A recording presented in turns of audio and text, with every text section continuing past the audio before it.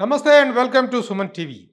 వైద్య రంగంలో ముఖ్యంగా పెయిన్ రిలీఫ్ అనేటువంటి సేవలో పరిచయ వ్యాఖ్యానం అవసరం లేని సుప్రసిద్ధ వైద్యులు డాక్టర్ దారా సుధీర్ గారు.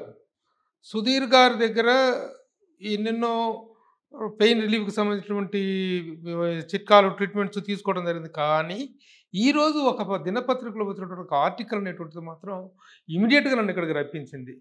ఎందుకు అంటే 60 ఏళ్ళు దాటిన ముందే ఎవరును కూడాను ఆపరేషన్స్‌కి వెళ్ళాల్సిన అవసరం లేదు. 60 ఏళ్ళు దాటితేనే ఒక మోకాళ్ళకి గానీ, కీళ్ళకి గానీ, నడుము గానీ ఎనీ ట్రీట్మెంట్ అనేటువంటిది 60 ఏళ్ళు దాటిన తర్వాత మాత్రమే తీసుకోవచ్చు. 60 ఏళ్ళకి ముందు ఆపరేషన్ అవసరం లేదని చెప్తున్నటువంటి ఒక ప్రముఖమైన ఆర్టికల్ ఒక దినపత్రికలో రావటం అనేటువంటిది నన్ను చాలా ఇమ్మీడియేట్‌గా ఆకర్షించింది. సో, దీనికి సంబంధించినటువంటి వివరాలు, విశేషాలు తెలుసుకోవడం కోసం డాక్టర్ సుధీర్ దారా గారి దగ్గరికొచ్చారు. డాక్టర్ గారు నమస్తే అండి. Welcome sir. నమస్కారం అండి. ఇది చాలా స్టన్నింగ్ ఇదే భారత ఆయుష్మాన్ వాళ్ళు ఇచ్చినటువంటి రిపోర్ట్ ఇది. వాళ్ళ అహ్మదాబాద్‌లోని నీ అండ్ పెయిన్ ట్రీట్మెంట్ ఇన్‌స్టిట్యూట్ వాళ్ళు ఇచ్చినటువంటి ఇది. చాలా అథెంటిక్ ఇన్ఫర్మేషన్ ఇది. ఇలాంటి ఇన్ఫర్మేషన్ వచ్చిన తర్వాత దీని మీద కొంచెం సాధికారికమైనటువంటి సమాచారాన్ని మీ దగ్గర తీసుకోవటం కోసం వచ్చా. ఏంటి నిజమేనా? 60 ఏళ్ళు దాటిన తర్వాత మాత్రమే అవసరమైతే ట్రీట్మెంట్ తీసుకోవాలి, ఆపరేషన్‌కెళ్ళాలి, సర్జరీకెళ్ళాలి అని చెప్తున్నారు. కానీ ఈ రోజుల్లో 30, 40 ఏళ్ళు కూడా కాకముందే ఏదైనా చిన్న పెయిన్ అంటే కూడా చిటుక్కుమంటే చాలు సర్జరీ టేబుల్ మీద ఎక్కించేటువంటి పరిస్థితి ఉంది. దీన్ని మీరు ఎలా చూస్తారు ఈ పర్టిక్యులర్ ఇష్యూని? ఇప్పుడు ఏదైతే న్యూస్, ఇది చాలా పెద్ద న్యూస్ వచ్చిందో ఈ న్యూస్ పేపర్‌లో, ఇది మేము ఎప్పటి నుంచో చెప్తున్నాం. ఇది ఈ రోజు కాదు ఇది. ఓకే. కాకపోతే ఏంటంటే దీనికి అథెంటికేషన్ ఈ రోజు ఎందుకు వచ్చిందంటే, ఇది ఆయుష్మాన్ భారతిలో కూడా ఎంటర్ అయిపోయింది. ఆయుష్మాన్ భారతిలో ఏంటి, ఇది నేషనల్ వైడ్ ఒక హెల్త్ స్కీమ్ ఇది. అంటే ఇది డైరెక్ట్లీ ఫ్రమ్ హెల్త్ మినిస్ట్రీ అనమాట.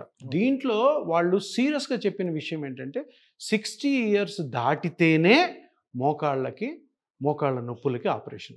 మరి 60 ఇయర్స్ లోపల నొప్పి వస్తే ఏం చేయాలి, అది కూడా రాశారు అందులో. ఎక్సర్సైజెస్, లైఫ్ స్టైల్ మోడిఫికేషను, కొన్ని ట్యాబ్లెట్స్, ఇంజెక్షన్స్ అంటే దాంట్లో ముఖ్యమైనది పిఆర్పి. ఇవన్నీ ట్రై చేసి తప్పకుండా 60 ఏళ్ల లోపు ఇవే చేయాలి. 60 ఏళ్ళు దాటిన తర్వాత, ఇన్ కేస్ 60 ఏళ్ళు దాటిన తర్వాత కూడా ఇంకోటి ఏంటంటే, 60 ఏళ్ళు దాటిన తర్వాత ఒకవేళ మీకు 61 ఏళ్లలో నొప్పి వచ్చిందనుకో, ఇవన్నీ వాడి తర్వాత కానప్పుడు ఆపరేషన్కి వెళ్ళాలి. సో 60 ఏళ్ళకు ముందు ఇవి వాడినా వాడకపోయినా మటుకు సర్జరీ వద్దు అని ఆయన చెప్తున్నారు. అది ఆయుష్మాన్ భారత్లో కూడా అది ఎంటర్ అయిపోయింది. సో 60 ఇయర్స్ లోపల ఎవరు సర్జరీ చేయించుకోకూడదు అనేది ఈ న్యూస్ పేపర్ ఆ డాక్టర్ గారు చెప్తున్న ఒక అథెంటికేటెడ్ ఇన్ఫర్మేషన్ అనమాట. కానీ సర్జరీ కోసం పరుగులు పెడుతున్నారు ఈ రోజుల్లో ప్రతి చిన్న విషయానికి కూడా. అది అవగాహన లోపం అనుకోవచ్చు. అవగాహన లోపం కాదు, సర్జరీ మీద అవగాహన ఎక్కువ పెరిగింది. అవగాహన లోపం కాదు. అంటే ఇప్పుడు ఎలా ఉంటుందంటే, ఒక్కొక్క టైం ఒక్కొక్క ఎరా ఉంటుంది. ఇప్పుడు 1980s వరకు కూడా నాన్ సర్జికల్ ఎరా అది. ఇప్పుడు మీ తాతగారు ఎవరైనా ఉంటారు, ఆయన మోకాళ్ళ నొప్పులు వచ్చానికి ఏం చేసుకోరు 80s ముందు. వాళ్ళు అలాగే టాబ్లెట్లు వాడుకుంటూ సర్లే ఏజ్ అయిపోయాక ఇది ఇలాగే అంటే అలా ఉంటారు. ఏవో చిన్నవి పసలు కట్టుకునే వాళ్ళు, టాబ్లెట్లు వేసుకునేవాళ్ళు. 80 నుంచి సర్జికల్ ఎరా స్టార్ట్ అయింది. అన్నిటికీ సర్జరీ, అబ్డామిన్కి సర్జరీ, షోల్డర్కి సర్జరీ, జాయింట్స్కి సర్జరీ, స్పైన్. ఆ సర్జికల్ 80 నుంచి ఇప్పటి వరకు, అంటే ఇప్పుడు 2020 వరకు కూడాను. ఇప్పుడు మళ్ళీ నాన్ సర్జికల్ స్టార్ట్ అయింది. ఎందుకంటే ఇప్పుడు ఎక్కువ ayurvedic treatments, homeopathy treatments, non surgical treatments బయటకు వచ్చారన్నమాట. అలోపతిలో కూడాను ఈ రీజనరేటివ్ థెరపీ అన్నది ఇప్పుడు చాలా ఫేమస్ అయిపోయింది. అంటే రీజనరేటివ్ అంటే మీ జాయింట్స్లో నొప్పి కానీ, మీ స్పైన్లో నొప్పి కానీ, మీ షోల్డర్ నొప్పి కానీ, అవి డిసీజెస్ కాదు. అవన్నీ కూడా డీజనరేషన్, అంటే వయసు రీత్యా ఒక చేంజ్, వయసు రీత్యా అరుగుదల. దానికి పెద్ద పెద్ద సర్జరీస్కి వెళ్ళొద్దు అని ఆయుష్మాన్ భారతి కూడా చెప్తుంది. అంటే మన నేషనల్ హెల్త్ డిపార్ట్మెంట్స్ చెప్తున్నాయి అనమాట. సో అందుకని ఇప్పుడు మనం అర్థం చేసుకోవాలన్న పాయింట్ ఏంటంటే, సర్జరీ ఎరా స్లోగా తగ్గుతుంది, కానీ కొన్ని కేసెస్కి సర్జరీ తప్పకుండా చేయాలి. అవి ఎన్ని ఉంటాయి, ప్రతిదాన్ని తప్పనిసరి చేస్తున్నారు. అవి యాక్చువల్గా బుక్ ఏం చేస్తుంది అంటే 105 మందికే సర్జరీ ఉంటుంది. స్పైన్ సర్జరీ అవ్వచ్చు, మన ఎనీ జాయింట్ సర్జరీ 105. ఇంకా 95 మందికి ఎన్నో బ్యూటిఫుల్ ఆప్షన్స్ ఉన్నాయి. దాంట్లో one of the options regenerative therapy, అదే పిఆర్పి. సో అది మనం ప్రమోట్ చేయాలి. ఎందుకు ప్రమోట్ చేయాలి అంటే, ఇది safe, no complication, no side effect. ఇది దగ్గర 30-40 ఇయర్స్ ముందే వచ్చింది.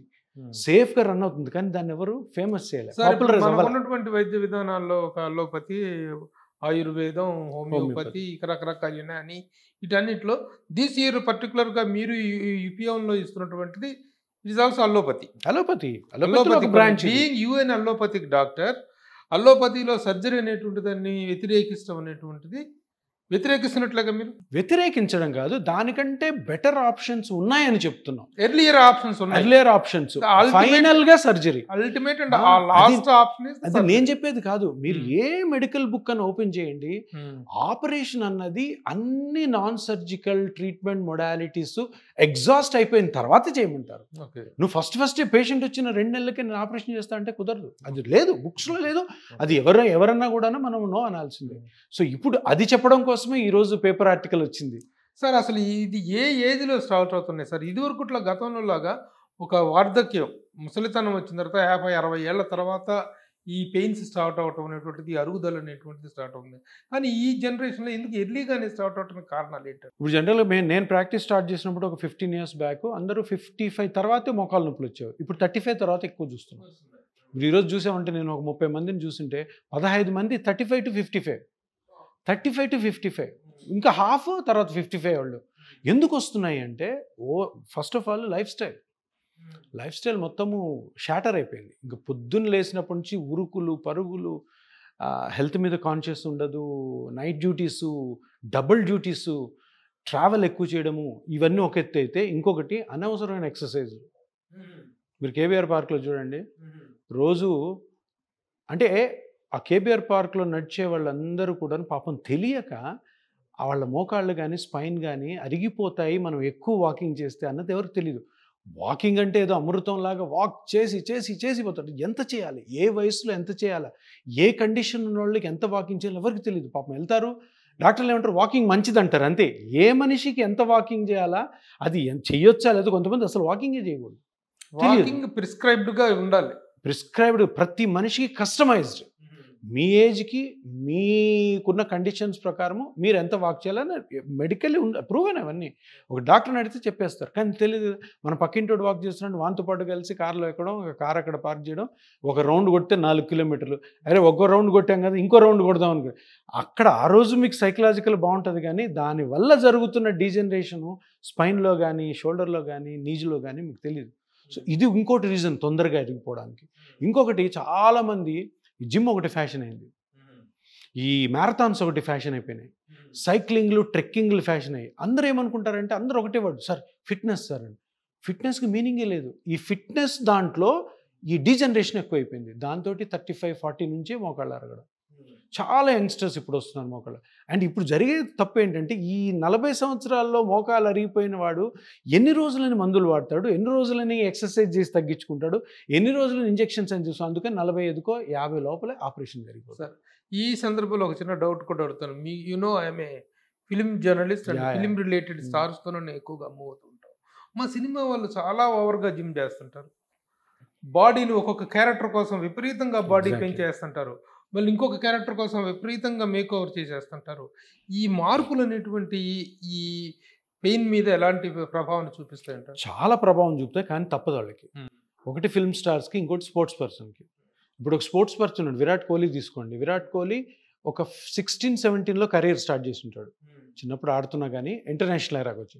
ఆయన 35 కల్లా క్లోజ్ అయిపోతుంది. అంటే ఈ 35లో ఈ ఎన్ని సంవత్సరాలు అవుతుందో మ్యాక్సిమం వాడేస్తారు వాళ్ళ జాయింట్స్. ఇప్పుడు 35 నుంచి ప్రాబ్లమ్ స్టార్ట్ అవుతాయి, వాళ్ళ కెరీర్ అయిపోయింది అక్కడికి. ఫిల్మ్ స్టార్స్ కూడా అంతే. ఇప్పుడు ఒక మూవీలో ఏమో ఫుల్ 6 pack కావాలి, ఒక మూవీలో అమీర్ ఖాన్ ఏదో సినిమాలో ఇంతలా ఫ్యాట్ అయిపోయినాడు. అవన్నీ తప్పవద్దు. కాకపోతే వీళ్ళకి ఏంటంటే తప్పకుండా వీళ్ళకి 40 తర్వాత ప్రాబ్లమ్స్ అన్నీ స్టార్ట్ అవుతాయి. 40 తర్వాత చాలా స్టార్ట్ అవుతాయి. ఎందుకంటే వాడాల్సిన ఏ జాయింట్స్ మొత్తం వాళ్ళు 35-40లో వాడేసి ఉంటారు. క్రికెటర్స్ అంతే, అథ్లీట్స్ అంతే. వీళ్ళు తర్వాత లక్కీగా కొంతమందికి లేట్గా వస్తాయి ప్రాబ్లమ్స్, కొంతమందికి ఎర్లీగా వస్తాయి. చాలామంది హీరోలు ఉన్నారు ఇక్కడ 40-45 కల్లా knee joint pains, ankle pain, spine pain. నీకు అలాంటి వాళ్ళు ఫిల్మ్ చాలా మంది వచ్చారు. స్పోర్ట్స్ పర్సన్ చాలా మంది వచ్చారు. Sports person, film stars. ఇప్పుడు యాక్టివ్గా ఉన్న 2-3 టాప్ హీరోస్ కూడాను షోల్డర్ సరిగ్గా ఎత్తలేకపోయిన పరిస్థితులు ఉన్నారు. ఏమంటే సార్ జిమ్ సార్ మాకు వాడు 75 kgs ఎత్తిస్తా అంట. హెల్త్ వైజ్ చూస్తే డేంజరస్, వాళ్ళ ప్రొఫెషన్ వైజ్ చూస్తే తప్పదు. కానీ మీరు ఎలాంటి సజెషన్స్ ఇస్తారు సార్? ఇప్పుడు జిమ్కి కానీ వాకింగ్కి కానీ దీనికి కూడా ఒక ప్రిస్క్రైబ్డ్ వెయిట్ లాస్ రోజుకి ఇంతవరకే చేయాలి అనేటువంటి వీటిని ఏమైనా మీరు first of all gym is not necessary for few people. ఎవరికి అవసరమో జిమ్ ఎప్పుడు చెప్తాను ఉంటాను. Sports person, celebrities, film star, gym trainers, వీళ్ళే నలుగురే మోడల్స్కి. ఎందుకంటే వాళ్ళు మజిల్ కనపడాలి. ఇప్పుడు ఒక ఇంజనీర్కి అవసరం లేదు జిమ్, ఒక లాయర్కి అవసరం లేదు, ఒక డాక్టర్కి అవసరం లేదు, ఒక జర్నలిస్ట్కి అవసరం లేదు. ఎందుకు? హెల్దీగా ఉండాలి మనం. హెల్దీనెస్ ఫిట్నెస్కి ఏ మాత్రం పోలిక లేదు. ఫిట్నెస్ అన్నదానికి మీనింగ్ లేదు. హెల్దీనెస్ అంటే ఏంటంటే జబ్బు లేకుండా ఉండడం. లావుగా ఉన్నవాడు హెల్దీ కాదని కాదు, సన్నగా ఉన్నవాడు హెల్దీ అని కాదు, రాంగ్ అది. ఫిట్గా ఉన్నాను సార్, ఇక్కడ మంచి కండలు, 6 ప్యాక్ ఉన్నాడు, వాడికి ఎన్నో జబ్బులు ఉండొచ్చు, లోపల తొందర చనిపోవచ్చు. ఆ ఫిట్నెస్ అన్న వర్డ్ తోటి ఈ మొత్తం వరల్డ్ అంతా కూడా, పర్టికులర్ ఇండియా అంత రాంగ్ వేలో పోతుందంటే ఎవరికి తెలియదు. ఇప్పుడు నేను జిమ్ గురించి ఏమన్నా, ఇప్పుడు ఈ ఇంటర్వ్యూలో చూడండి కామెంట్స్ చాలా బ్యాడ్గా వస్తాయి, జిమ్కి రావద్దు అంటున్నాడు, ఇతనేం డాక్టర్ అని. జిమ్ అసలు ఏ విధంగానూ మీకు హెల్త్ని ఇస్తుందన్న నమ్మకం పెద్ద అపోహ. జిమ్తో హెల్త్ ఎవ్వరికి బాగోదు. హెల్త్ బాగుండాలంటే మీ ఏజ్ ప్రకారము, మీకున్న కండిషన్స్ ప్రకారము minimum to moderate exercise prescribed ఉన్నాయి. అమెరికన్ హార్ట్ అసోసియేషన్ అని ఒకటి ఉంది. వాళ్ళు ఎప్పుడో చెప్పేశారు, బాబు నీకు వారంలో 7 రోజుల్లో 6 రోజులు మినిమం టు మోడరేట్ ఎక్సర్సైజ్ నీకున్న కండిషన్స్ ప్రకారము 30 నిమిషాల నుంచి 40 నిమిషాలు పొద్దున్న సాయంత్రం చేసుకుని ఇంకేం అవసరం లేదు ఎక్సర్సైజ్ రూపేణ. ఇప్పుడు మీరు ఒకవేళ కండలు పెంచాలి అనుకున్నారు అనుకోండి, అమెరికన్ హార్ట్ అసోసియేషన్ ఆల్రెడీ ఎప్పుడో ఒక 20 సంవత్సరాల క్రితం ప్రిస్క్రైబ్డ్ ఎక్సర్సైజ్ ఇచ్చేసింది. ఏంటంటే అది 7 డేస్లో 6 డేస్ 1 డే హాలిడే ఉంది. మళ్ళీ morning to evening 30 minutes to 45 minutes. Okay, minimum to moderate physical exercise. ఏం ఎక్సర్సైజ్ చేయాలా? ఇప్పుడు మీకు షోల్డర్ పెయిన్ ఉంది, షోల్డర్కి సపరేట్ ఎక్సర్సైజ్ ఉంటాయి. మీకు స్పైన్ పెయిన్ ఉంది, దానికి సపరేట్ ఎక్సర్సైజ్ ఉంటాయి. మీకు ఏ నొప్పి లేదు, దానికి సపరేట్ సెట్ ఆఫ్ ఎక్సర్సైజ్ ఉంటాయి. అంతే, హెల్త్ కోసం ఇంతే. మీరు జిమ్కి వెళ్ళిపోతే మీరు హెల్దీగా ఉంటారని లేదు, కండలు పెంచితే హెల్దీగా ఉంటారని, మీరు సన్నగా అయిపోతే హెల్దీగా ఉంటారని. ఇప్పుడు కీటో డైట్లని లేదంటే బాడీ వెయిట్ ఎంత డేంజరస్ అంటే, మేబీ మీ 80 కేజీలు 65కి రావచ్చు, 100 కేజీలు 80కి రావచ్చు, అది హెల్దీ అని ఎవ్వరు చెప్పరు.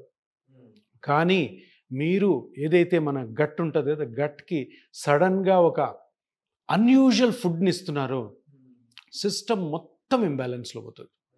దాని తర్వాత ఇరిటబుల్ బౌల్ సిండ్రోమ్స్ అని, సైకలాజికల్ డిప్రెషన్, ఇవన్నీ జరుగుతాయి. సో ఈ వెయిట్ తగ్గించుకోవడం, ఈ జిమ్లకి వెళ్ళి హెల్దీగా ఉంటామనుకున్న అపోహలు, అనవసరమైన ఎక్సర్సైజ్లు, అనవసరమైన ఎక్కువ వాకింగ్ చేయడం, ఇవన్నీ కూడాను హెల్త్కి అయితే తప్పకుండా అనర్థమే. ఇది తప్పకుండా ప్రతి ఒక్కరు తెలుసుకోవాలంటే కూడా మీకు తెలిసిన మీ ఫ్యామిలీ డాక్టర్ ఉంటారు, ఆయన దగ్గరికి వెళ్ళి, సార్ నేను రేపటి నుంచి జిమ్కి వెళ్ళాలంటే వెళ్ళొచ్చా లేదా, వెళ్తే నాకు రియల్గానే హెల్త్ బాగుంటుందా, చేయకపోతే నా హెల్త్ ఏం పోతుందా అని అడగండి. నీట్గా ఒక అరగంటలో ఆయనకు కన్సల్టేషన్ ఫీజు పే చేసి అరగంట మాట్లాడుకుంటే బ్యూటిఫుల్ మీకు ఎక్స్ప్లెనేషన్ ఇస్తారు. ఎంబీబీఎస్ డాక్టర్ దగ్గరికి వెళ్ళాలి. అనవసరమైన ఎక్సర్సైజ్ చేయడం వల్ల మీరు అడిగిన క్వశ్చన్ ఏంటంటే ఎందుకు తొందరగా వస్తున్నాయి ఇవి. డాక్టర్ గారు, thank you very much for sharing all this things sir.